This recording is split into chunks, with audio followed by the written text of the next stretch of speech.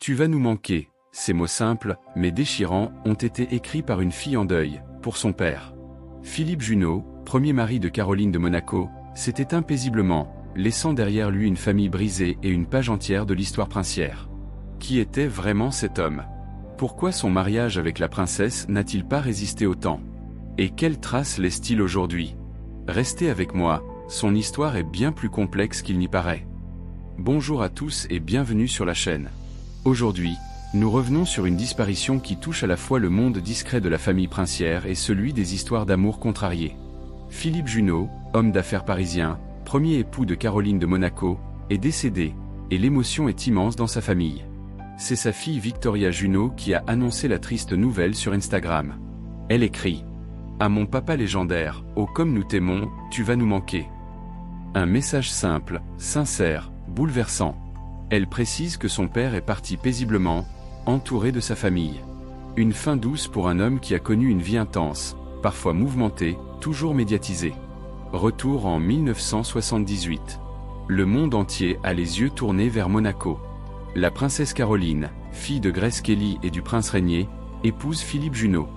D'abord civilement, puis religieusement. Le mariage est somptueux, médiatisé, scruté dans les moindres détails. Mais très vite, les critiques pleuvent, 17 ans d'écart entre eux, un style de vie différent, des caractères opposés. Pour beaucoup, cette union est fragile dès le départ. En octobre 1980, seulement 2 ans après le mariage, le divorce est prononcé. Les raisons exactes de la séparation restent floues. On parle de différences profondes, d'incompatibilité, de pression médiatique. Mais rien n'a jamais été clairement confirmé. 12 ans plus tard, en 1992, le Vatican reconnaît officiellement la nullité du mariage religieux. Un détail lourd de sens, qui montre à quel point cette union n'a jamais trouvé sa stabilité. Philippe Junot refait sa vie. En 1988, il épouse Nina Wandel-Bolarsen. De cette relation naissent Victoria, Isabelle et Alexis. Puis, plus tard, il devient également père de Chloé, née en 2005. Un père de famille, discret, loin des projecteurs, mais profondément attaché à ses enfants. Aujourd'hui, ce sont eux qui pleurent un homme aimant, présent, protecteur.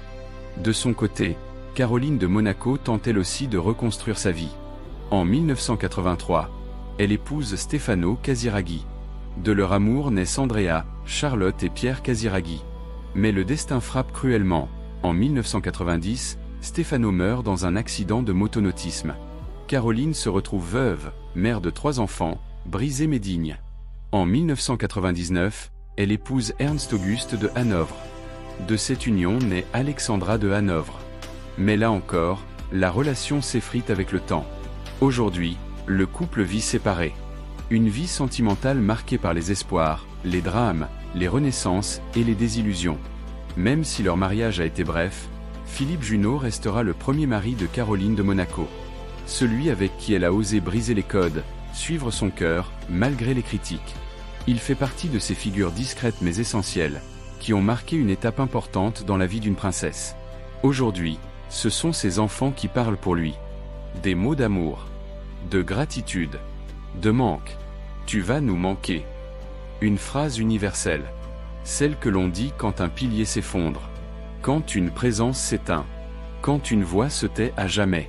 Philippe Junot est parti, mais il laisse derrière lui des enfants, des souvenirs, et une page entière de l'histoire de Monaco. Il fut un mari, un père, un homme imparfait, mais aimé. Et parfois, c'est tout ce qui compte. Si cette histoire vous a touché, n'oubliez pas de aimer la vidéo, de vous abonner et de laisser un message de soutien pour sa famille en commentaire.